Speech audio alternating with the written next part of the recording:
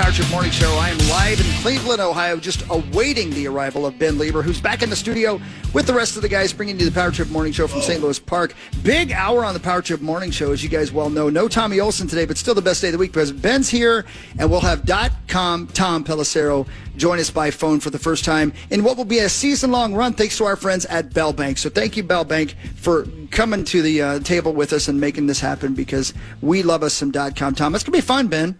Oh, it's gonna be great, and I will see Tom on Monday. That is correct. He is my adversary. You got a tough draw, man. Nordo, Tom, you, Barb, and God dang it, who Amy am I forgetting? Hockert, And Amy, that's right. Yeah, and Amy's Steve played. She's all right, right? I think she only played once or twice, but Amy's a smart gal. We'll see what she can do. But yeah, you got a tough draw. I kind of looked at this as like, if I get out of this round, I'm battle tested. Yeah, So we'll see. Tough one. Got to go with a fresh mind.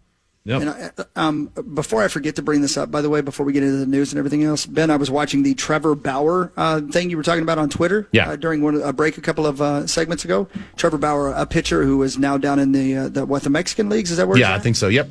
Praying for the Diablo, and they have him mic'd up, and he's talking to himself before and after every pitch. It's fascinating. But I had this thought: if you mic'd me up just during the day, you would hear the same kind of stuff. No. I talk to myself all the time. Same. Out loud. I mean, I'm driving along and I'm cursing at people, and it sounds like I'm having a conversation. I think you would be freaked out. You would think I was possessed, I think, if you mic'd me up during the day. Yeah. I had this thought yesterday, actually, and it kind of pertains to what you're doing with the Vikings right now. You know that live, like the live PD show that they have on Reels? Yeah. Mm-hmm. Love it. The Vikings should do something like that with players. Oh man, that's a gamble. I know, but it would be really fascinating if you had three guys that you just follow around for the day. Let's say on a Friday or Saturday before, or just call it pregame. Maybe do it like on a Sunday, and then you could just flip back and forth. Like there was at least somebody that could produce it in real time, just give you which player that was like talking or doing something interesting. Sure. So you would have multiple guys that you just I get it. It's like camera guys got to follow them around all the time, but like have them just be unedited just to see what happens. You'd have to be super selective about which three you pick, right? Yeah. Because it was exactly like when Justin Jefferson with the broadcast last week. Man, as a guy that's had this dump button next to me for 2 decades, a couple of S-bombs. But I was so nervous. Again, not necessarily Justin. But there were so many people around him that had no idea he was doing a radio interview with you guys. And I'm like, somebody's going to say something that gets somebody in huge trouble. Yeah, so I was uncomfortable the entire quarter waiting for something to drop. So my guess is the Vikings and the NFL would never allow what you're saying. But you're right. But the other thing is, going back to what Chris said about if somebody mic'd him up all day, the difference is knowing you're mic'd versus not knowing you're mic'd. Trevor Bauer knows that he's mic'd. Mm-hmm. So you can be strategic and you are aware of what you're saying.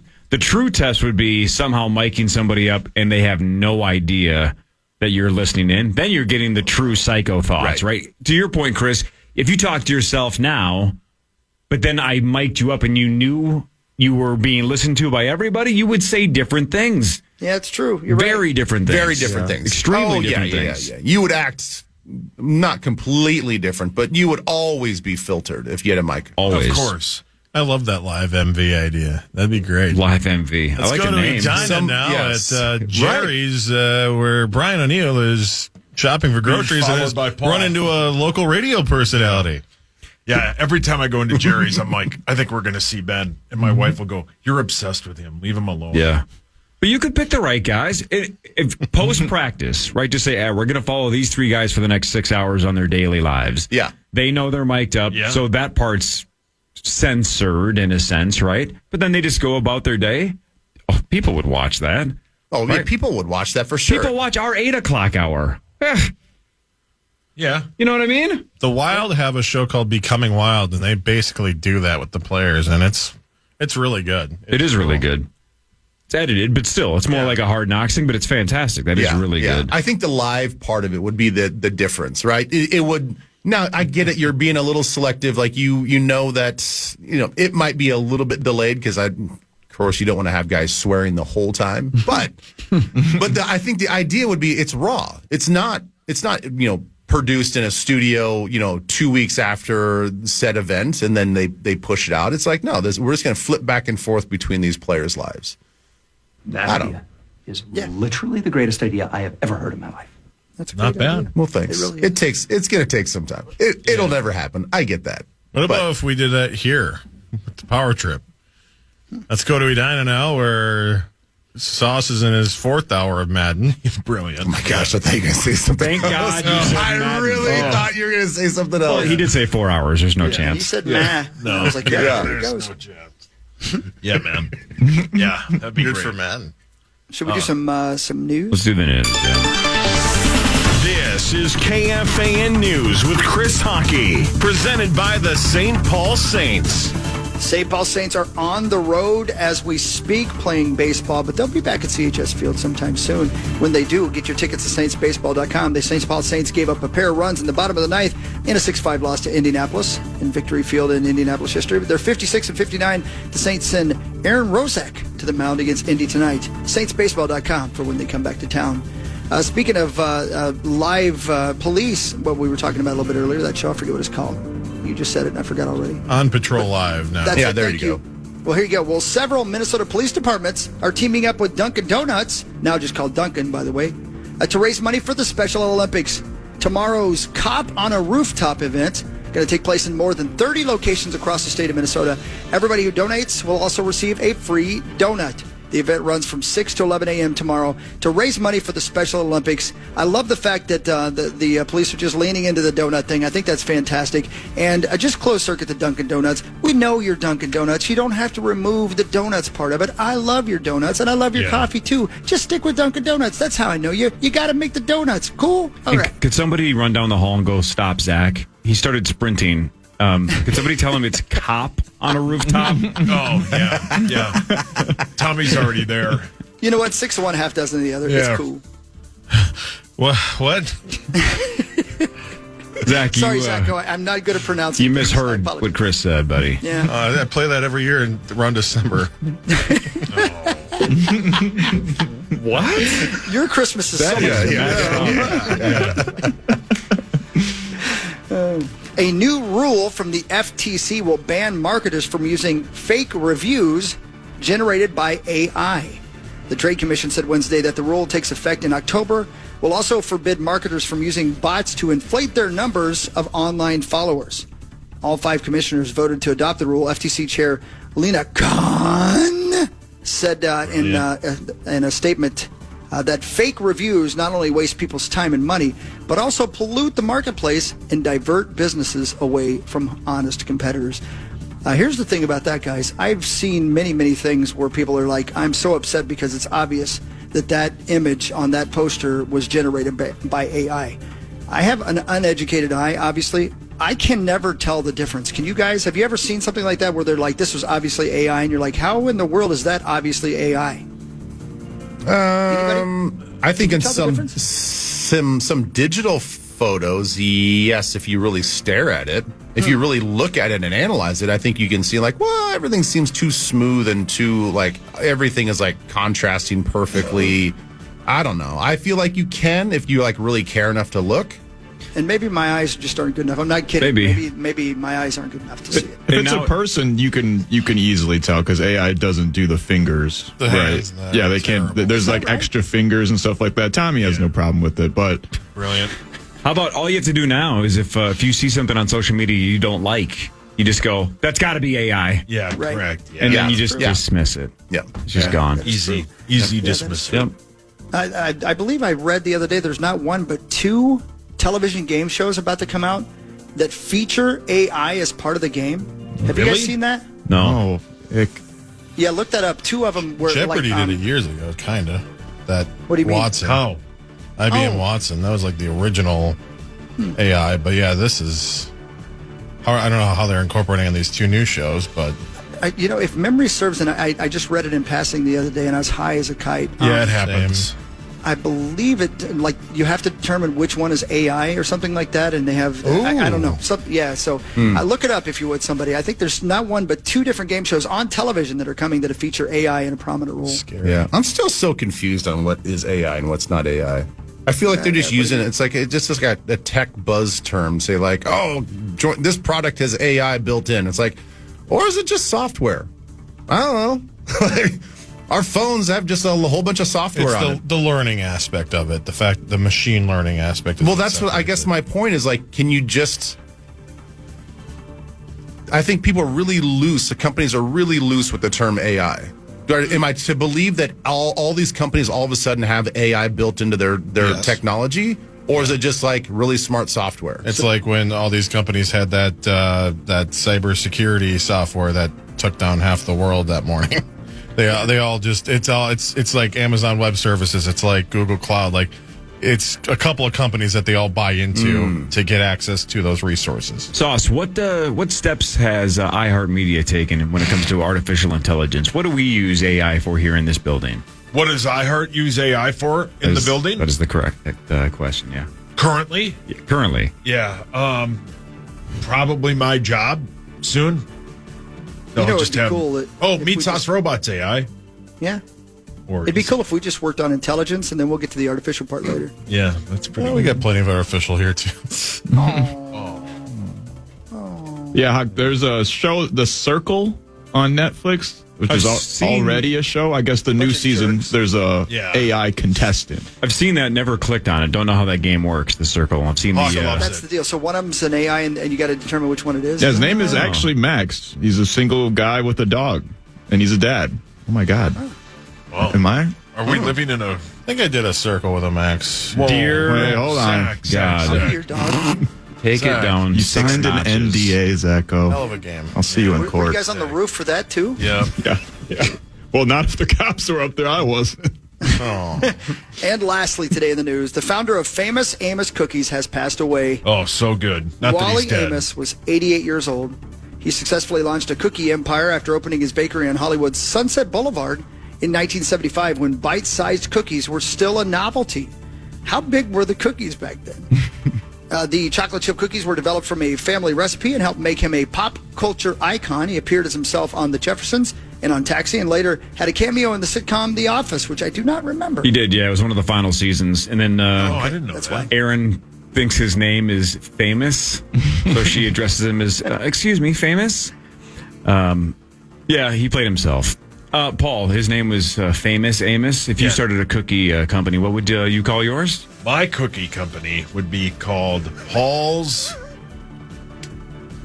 Peanut Butter. You don't get this bit. I do. Paul's Peanut Butter Balls. Yeah. See, thank you, Hogs. You're welcome, yeah. Yeah. I think we should start those, actually. They're very salty. And Is it just peanut butter balls? Do you have other kinds of Paul's balls? We have Lambert's Lemon Balls. you know, the ones that didn't work in the test group was the cream-filled. Yeah. Nobody Tommy ate liked them all. It didn't get to the test group. Tommy ate them all. Tommy stole the master recipe. Yeah, I volunteer. Hey, That's Hawk, the news, guys. about the Famous Amos, also a really interesting little fun fact. He was a talent agent at one point. He signed Simon and Garfunkel. That's what it was. I just read that a couple of weeks ago. Before I didn't know he was. To be honest with you, I didn't know he was still alive. But I knew there was something else that made him famous other than just making cookies. Yeah, it's crazy. He signed Simon and Garfunkel and represented the Temptations, Sam Cooke, and Marvin Gaye. What a life! Sweet. Yeah. And then he went into making cookies. You'd think that'd be enough, right? Right? Yeah. Talk Good about for a him. pivot. Holy balls. Yeah, what bands has Sweet Martha found? None. Sweatbands. You sure about that? You know that for a fact? Maybe she does. I don't know. Yeah. Maybe I can ask her in a couple of weeks, Sauce. We are almost to A the state week fair. from today, A Chris week from Hockey. today. Oh, God, I love this threw state himself fair. off the building. Cannot Week wait. from today. Hey, before you jump off the building, Hawk, come to the roof. Okay. You know what? I'll try. Maybe that'll give me a reason to live. Yeah, use better choice of words.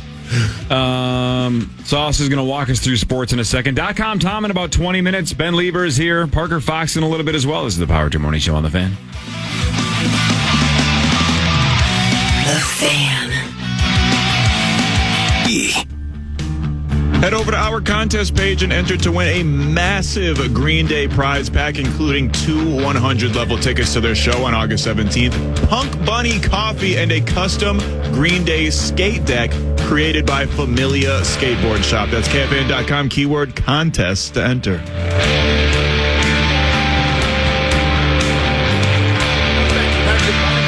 It just keeps getting bigger on a Thursday. Parker Fox just walked into the studio, saw that. Ben Lieber's already there. In the next segment, we will talk to the one and only Tom Pelissero.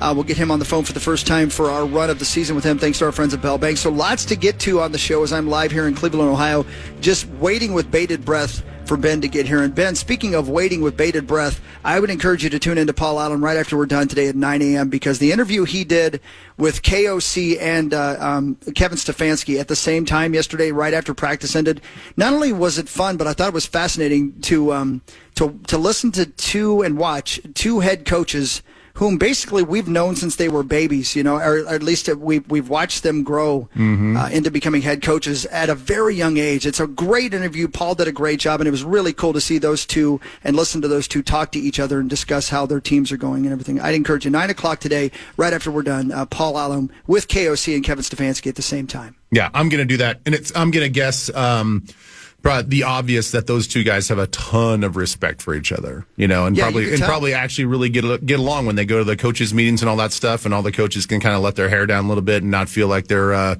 got to have this guard up. I'm sure that they probably pal around a little bit too. It's crazy, too, because, 15 years ago, 20 years ago, two head coaches in the NFL would have been two 60-year-old dudes. These are guys who are 20 years younger than me, or 10 years at the very least, 10 years younger than me.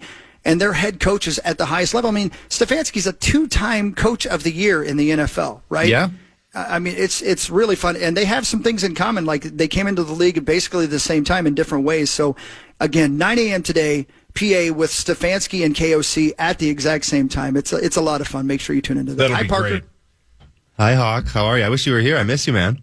I miss you, too. How was your trip overseas? Oh, it was beautiful. Yeah, we were in Turks and Caicos, spent a week out there. Lieber's spot. Oh, yeah. Lieber's Yeah, it's spot. Lieber's spot, man. Yeah, Leeward bound. Yeah. Did they talk? Did everybody out there know it was Lieber's spot? Yeah. They were talking about him. Did you name weird. drop and say, I know Ben, where do I go? Oh, yeah. I went to Sweet Teas. I got the $5 combo, and then and they took me around back. Like, then let's come here. So, yeah. It's actually $7.50, but if you just mention my name, it's $5. What a sweet deal. It's a good deal. It's the island price. Good weather? Oh, yeah. I'm 85 and sunny every day. Oh, man. Yeah, it was perfect. Frozen margs? Yeah, so many. Oh, man. Yeah, unbelievable. Do you go there? Do you go to an all-inclusive kind of thing, or do you do a BRBO? What do you do? No, we just kind of get a hotel and rent a car and then just, try to be like locals, drive around the island and eat at the local spots, get looked at funny when you go to the spot. But that's the best way to do it, because then you're like, you're in the community, and it's like we go to this little spot called Sweet Teas, and it's like $5 for 4 chicken wings, fries, and a drink. And they look at you crazy when you walk in. They're like, what is this? What is this white boy doing here? And then they give you the best food you've ever had in your life. It's really good. Parker, you're not just a white boy. You're 6'9". So I mean, you are a 6'9" white boy.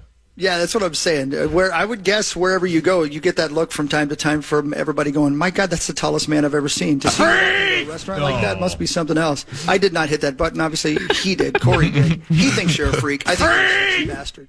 Oh, I appreciate it. There's actually a guy with a Minneapolis T-shirt on at the Sweet Teas. He spoke, the island kind of language. It was like, three piece chicken wing, please. 3 piece. Yeah. And he had a Minneapolis T-shirt on. And I was like, what the heck is going on? I was like, you ever been to Minneapolis? He goes, no. You don't think he knew what shirt he was wearing. No, Ben, did you give him that shirt? Yeah, I may have. Oh my God, I may have. I mean, that's what it was. Did you leave that on the bedroom floor? See, the thing is, I normally, whenever I go there, I just take a whole suitcase full of just old clothes and just, I just kind of give it out. That's nice of you. Yeah, that's a good guy right there. Yeah. That's why you're a legend there. I've never been there. Guys, tell me, I mean, obviously it's beautiful, but why do you go there over other places? Is it cheaper? Is it nicer? Why do you go there? Ben, why are you there all the time? Why is it your spot, Ben? I mean, look, you are flying over a lot of beauty. There's a lot of places that you could touch down and have a great time. But there's nothing like the beaches there, the price points, the feeling of being on an out island, also by having the amenities of having first class service. So you can get first class bedding, and then go out in the city and just get what the locals eat and have a local fare and feel safe. You feel super safe there. So not a lot of places can do that. right? Yeah, Parker? I think it's just like, for me, it's like you rent a car and it's just like you kind of just in the community, just driving around having a good time, and it's the beaches are it's something like you've never seen, the water and the beaches, and Drake and Gunna were there when I was there. I couldn't find them, but if anybody's a Drake or a Gunna fan, Drake's down there all the time. He built a house. Yeah, he there. lives down there. Yeah, he lives. They all the locals are like, yeah, Drake's from here. He lives here, and we're like, I don't know That's about what Prince that, did too, right? Didn't Prince have a huge compound? Yeah, we went to Prince's house. Yeah, and he's got a purple driveway. Yeah. We actually, we kind of went and stalked that house just to see if anybody was staying there, and just a huge mansion. The Ferrari owner has a $78 million mansion down there too, on like a little part of an island. Jeez. So a lot of money down there from those rich people. I wish they would kind of give it to the community a little bit more. But one more thing, because I'm an idiot. It's like, that's not like, I mean, that's a different country, right? I'm sorry, I know that's a dumb question, but I mean, do you need a passport to go there? You do, yeah. I think it's it's part of England or. I don't know. I don't know what colony it's part of. Probably an old British France colony or something like that. British, yeah. Okay. Yeah. So you got to have your passport. And you guys, I kind of hate you guys right now because you guys are going to kill me. You guys are going to kill and blow up the stupid DMs from people that still text me about Turks and Caicos. He's been there. He goes there about every other month. So Ben, if somebody wants to ask you on Twitter about like your hot spots, could you narrow it down to 5, or would you just point them towards like a website that lists all of them, like Yelp? Yeah, go to TripAdvisor. Just Google it. Well, I mean, Rosie went there too. Maybe people should just DM Rosie and say, "Yeah, please do." What did Ben tell you to do? What's the most fuel efficient way to get to Turks and Caicos? We interviewed Christian Darasaw at training camp 2 weeks ago, and he told us that that's where he went for like his off-season trip. And I interrupted him and go, "You mean Ben Lieber's spot?" And he looked at me like, "Who the hell's Ben Lieber?" But it was funny, yeah.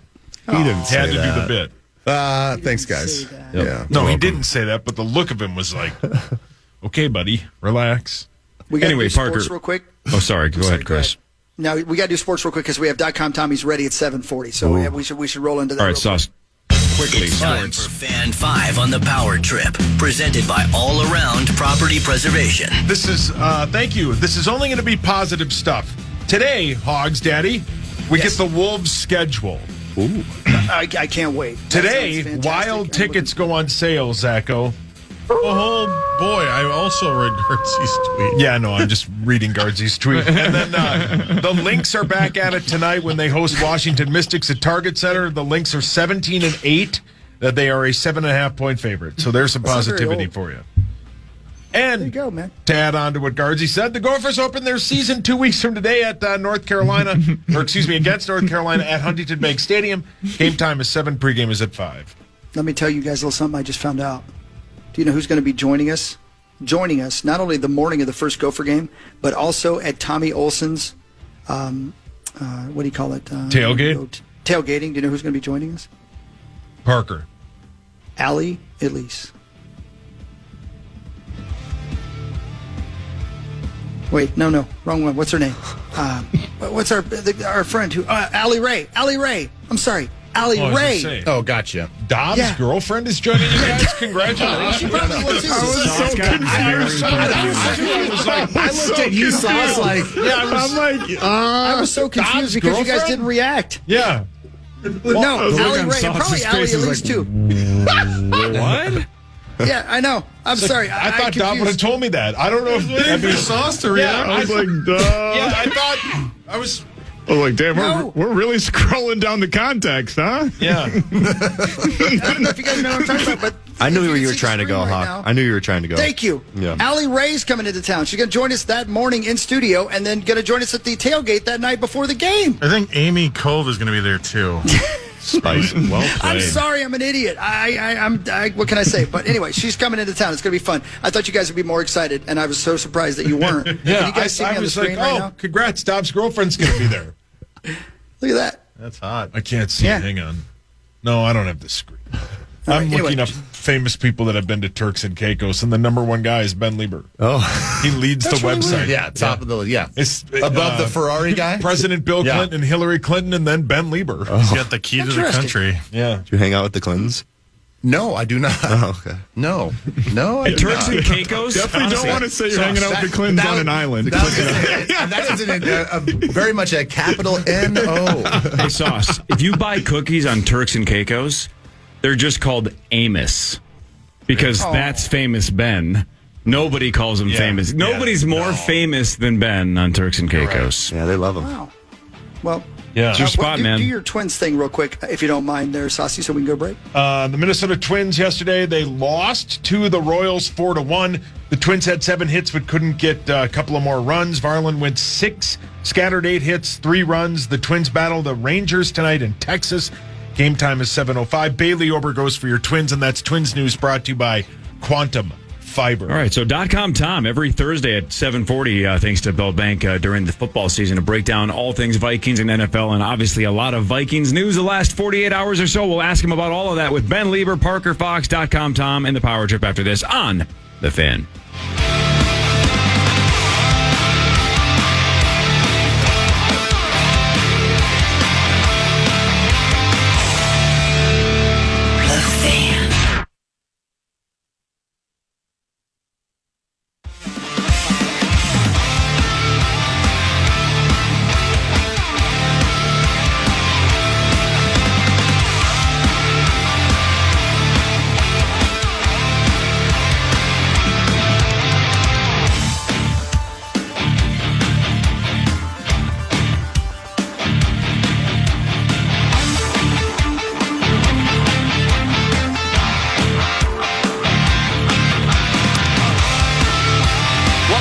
Trip Morning Show. Now that I've confused everybody for an entire segment in the last segment, now we're back. We're going to get things righted, and we're going to go in the right direction here because it's a big day for us. Well, Parker Fox is over there. Ben Lieber's over there. I'm in Cleveland, Ohio, waiting for Ben. It's joint practices. So much going on here. But if you want to know NFL stuff, you want to talk to Tom Pelissero, former employee of the Fan and now a big time with the NFL and the NFL Network and such like that.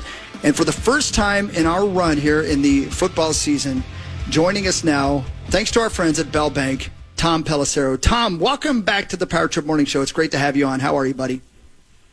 I'm doing great, Hawk. Thanks to Bell Bank for coming through and making this happen. Look forward to talking to you guys every Thursday morning.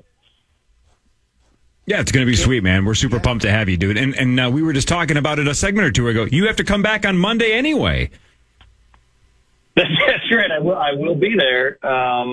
Hopefully I'll be in better shape than I was last year for the initials game, first round of the tournament, although that one actually worked out pretty well for me. That is true, but I believe you came in dealing with a 0.2 hangover, correct?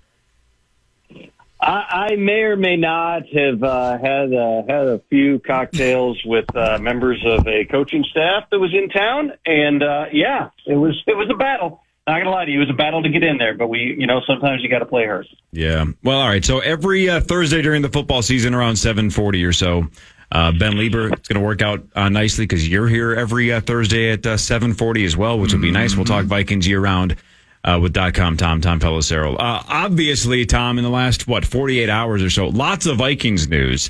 The first word over the weekend was that McCarthy was dealing with knee soreness. And everybody thought, no big deal. Who cares? It's preseason week number 2. We don't care. Beat practices. And then it went to the meniscus tear. And then it was another 24 hours of questioning how bad the tear was. And then yesterday we got the news that it was the worst case scenario, full repair, and that he's done for the year. Your thoughts? Well, I would say this. The moment that you hear knee soreness, that always sets off a bell in my head because unlike, tearing your ACL or even, a different ligament, the meniscus is something that you can play through a little bit, which is obviously what he did in the game. He got hurt. He stayed in. He threw a second touchdown pass, and then his day was over. In terms of like the repair versus the trim, it's probably misunderstood sometimes that it's not necessarily about the significance of the tear. It's also about what's best for the long-term health of the knee. Usually you see trims in older players. Adrian Peterson had one later on in his career. And then, over the next couple of years, that knee became not great because you can't regenerate meniscal cartilage. And so usually for a young player, the moment that she's having meniscus surgery, I would say, without having the statistics in front of me, I'd say 95% of the time it's going to be repaired just because that's the best way to have a healthy knee moving forward. And J.J. McCarthy's like 22 years old and a rookie in the league. It's super disappointing, but it's the right thing to do in terms of making sure that he comes back and he's fully healthy and ready to roll. I thought it was significant that Kevin O'Connell spent time in his press conference yesterday saying, hey, we know we've got the franchise quarterback of the future in the building. Because remember, it's not as if JJ was starting that first game. I think that the odds were still that Sam Darnold was going to be the starter, at least at the beginning of the 2024 regular season. But obviously they wanted to throw their full weight behind, hey, this is the guy. This is going to be the guy. We believe in him. He showed us everything we wanted to see. He's going to be the starter. He's going to come back and be the guy in 2025. But they still got a 2024 season to play. And after a 2023 season where O'Connell started every able-bodied quarterback he could get his hands on, we're already back to being down a pretty good option for this season. Hey, Tom, I just want to say that I highly encourage you, since I'm going to battle you on Monday, to have as many cocktails on Sunday night as possible. I'm going to need every advantage I can get. And now you're just one of them. Maybe you can take Nordo, too, under your wing, and you guys can have a few brews on Sunday night. He'll probably just run into Nordo at that bar Again, anyway. I won last year despite my condition on that morning. I showed up completely feeling great then for the semifinals or the finals, whatever it was, and got the floor wiped with me. So I don't know that there's a direct correlation between how well the synapses are firing and whether you're good at that game. Well, maybe I gotta go back to the well on this one, literally. Maybe you just should have some more then. I don't know. Maybe you were right in the sweet spot on Monday morning. Anyway, please indulge yourself on Sunday night. We'll see how it goes. Let's talk about Sam Darnold then, because I do think it's interesting how this whole thing plays out. That, yeah, obviously the injury didn't happen to Sam, but it is going to impact him potentially in a lot of ways. So how do you see this season playing out now that he knows, A, the head coach has verbally said this is JJ's team going forward? I think he already knew that when they drafted him, but he's verbally said they're handing the keys over to him next year. And then 2, you sort of lost a little bit of a competition battle that they're having in camp, and it's in some of that pushes him in practice every day. Well, I would say this on Sam Darnold, and we all know he has jumped around to several different teams at this point in his career. He's had a lot of bumps in the road going back to, when he was first drafted to the Jets, who still have not figured out, how to get a young quarterback headed the right direction. This is clearly the best situation that Sam Darnold has ever been in terms of the supporting cast around him. He now does not need to look over his shoulder and wonder, hey, if I throw 2 interceptions on Sunday, are they going to turn to the rookie? And I recall having conversations way back in, you guys might remember, I said on Super Bowl Sunday on NFL Network that, look for the Vikings, Sam Darnold to be a guy who fits exactly what they're looking for. They were thinking, who can be this year's Baker Mayfield? Who's the guy who you're going to have to give him some money? And they gave Sam Darnold $10 million. But, he was a highly drafted player who's got talent, and you've seen glimpses of what he can be. And maybe he comes out and plays his butt off in a situation where he knows that can lead to him getting paid come March, which is exactly what Baker Mayfield did when he went to Tampa last year and ultimately signed a 3-year, I think $75 million contract with the Bucs. Obviously, this is a different situation because one way or another, it seems like JJ is going to get the ball in 2025. But, who knows? We saw Case Keenum come out, a guy who had been a journeyman for 5 years. And, he has one remarkable run with the Vikings and ends up getting I think, $18 million a year contract with the Denver Broncos. These things do happen in the league. With Sam Darnold, the crux of it is this, having talked to a lot of people who have played with him, coached him, just been around him on a daily basis. Great guy. He certainly is smart enough for the position. He's got all kinds of physical ability and the big arm. He generally looks good in practice. It's when you get into the games and things start moving a little bit faster that sometimes just the processing, the footwork, all that stuff doesn't quite catch up. And his history is just making the catastrophic error, the terrible interception. Can Kevin O'Connell get the best out of him? He had a year under Kyle Shanahan out in San Francisco. I'm sure that helped. He's got familiarity in the offense. Can O'Connell get him playing just efficient football on a team that, they do have a lot of weapons? We'll see. Jordan Addison obviously rolled his ankle yesterday. Sounds like he's going to be okay. TJ Hawkinson probably not going to be out there at the start of the season, but you still have Justin Jefferson. You got Aaron Jones in the backfield. You got a pretty decent offensive line group. Let's see what Sam Darnold can do. The pressure's also off. I think that's the other key here. Maybe not entirely off Darnold, but the pressure's not on the Vikings right now. I think anybody who was looking at this division prior to what happened a few days ago would have said, reasonably, objectively speaking, Vikings are probably 4th out of 4 in the division. And I think that they kind of like, that opportunity. Everyone's talking about the Lions and the Packers because they made deep playoff runs last year. The Bears are the sexy team in the entire NFL. They've added the number 1 pick and all that stuff. No one's talking about the Vikings. No one's expecting anything out of the Vikings, and that might be kind of a good place for Sam Darnold without all the pressure on him, without being on national TV every week, to go out there and play some good football. We're talking to Tom Pelissero from the NFL Network, thanks to our friends at Bell Bank. Tom, do you think there's a chance that maybe the Vikings add another quarterback to their mix? It's definitely possible to add somebody. Obviously last year they were in add mode when they made the Josh Dobbs trade right around this. I guess it was at midseason because first Dobbs got traded right around now from the Browns to the Cardinals. But when you look at the depth chart here, it seems like you're largely set with how it's going to shake out. I mean, I think that the idea that they go out, and I've heard people bring it up, like, what if they go sign Ryan Tannehill? I don't foresee that. For one thing, you're going to have to pay Tannehill more money even than Sam Darnold is getting. You gave Darnold $10 million to probably be the starter at the beginning of the season, so that part of the plan doesn't change. Nick Mullins is somebody who, again, a lot of familiarity in this offense. And then with Jaron Hall, that'll be the interesting one is Jaron Hall, do they keep him on the 53? He was a draft pick a year ago, very talented, but has had injuries his whole career, played 9 snaps last year and then got a concussion, and, that derailed his opportunity to have the starting job. I wouldn't be surprised if they add someone at some point just because you oftentimes need one more guy trained in your system, but realistically they weren't going to have more than 2 or 3 quarterbacks on the 53-man roster anyway, and Darnold was probably the starter. Now it's just a matter of, do you feel like your backup plan is sound enough? And that's something I'm sure they'll be evaluating here as we move forward.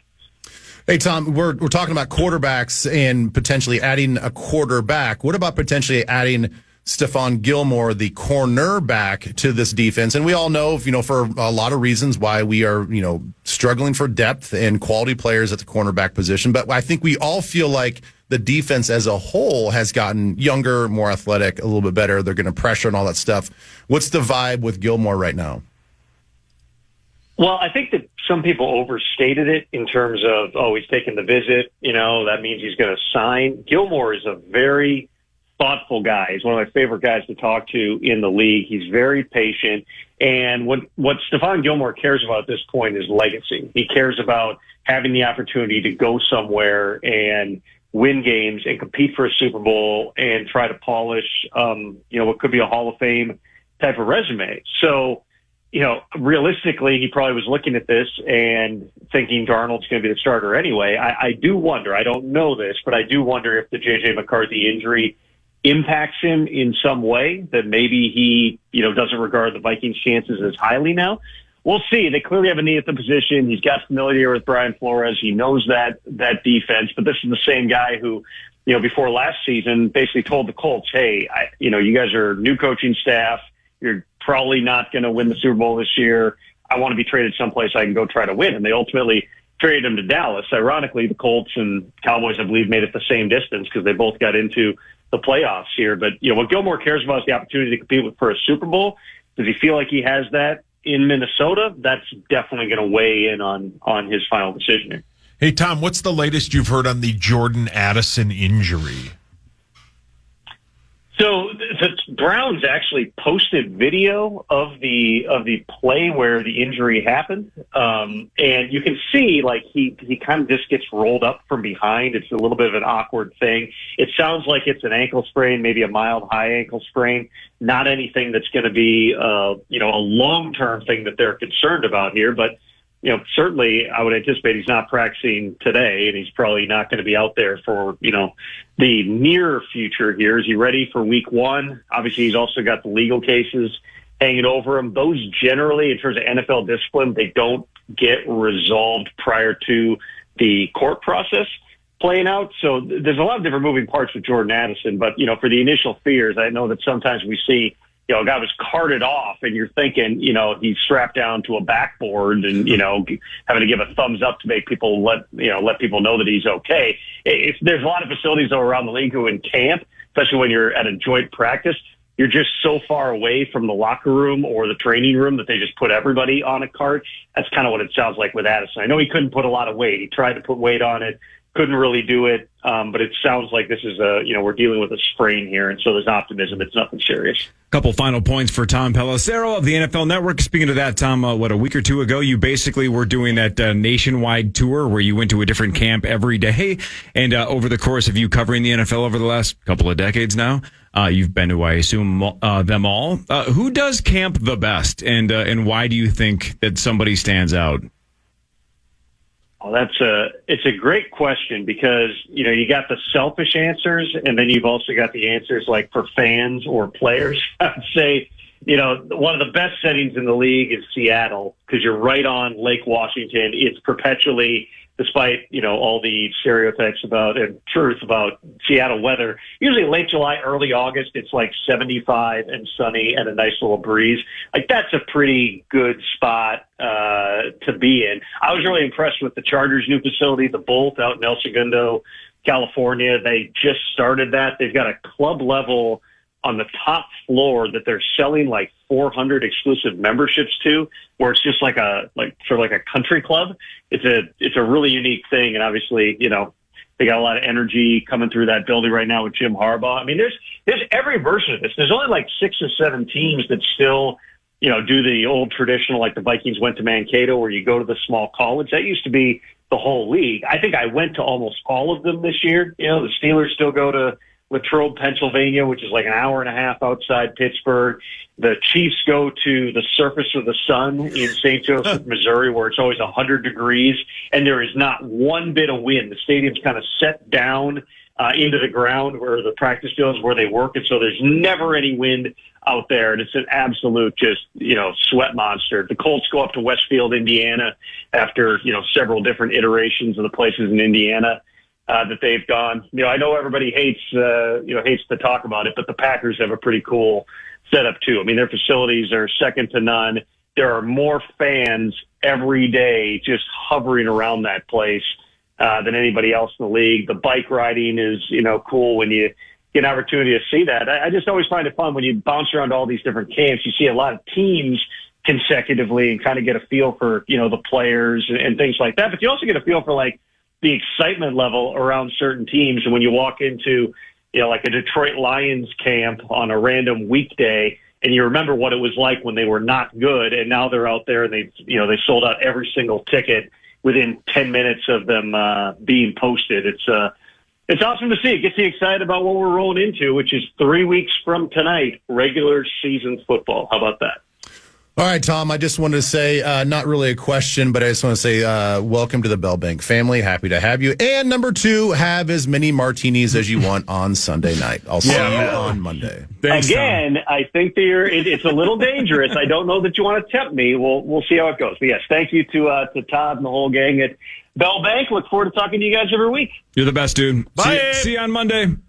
Thanks, fellas. All right, there goes Tom Pelissero. NFL Network's Tom Pelissero. Man, that it looked like a tour. If you guys saw his the graphic or that little video that the NFL Network put together, he was flying. It looked like Zach driving from Philadelphia to Los Angeles, but Tom was flying in every direction to get to as many different training camps as possible. It looked like absolute travel insanity, but the dude's a pro. Yeah, that's his job. Dude, he's so good. How do you are on top of all this stuff and I think the most important part of his job, not only for him, but all these insiders, of knowing the real story and having all the real background information and knowing you really can't say anything. Yeah, he's great. That's the gamesmanship in all of those reporters, right? They got to play the game. Yeah. Stuff. 8 o'clock hour in a second. Chris is in Cleveland. Parker Fox is here. Ben Lieber's here for like another 35 minutes or so. This is the Power Trip Morning Show on the Fan.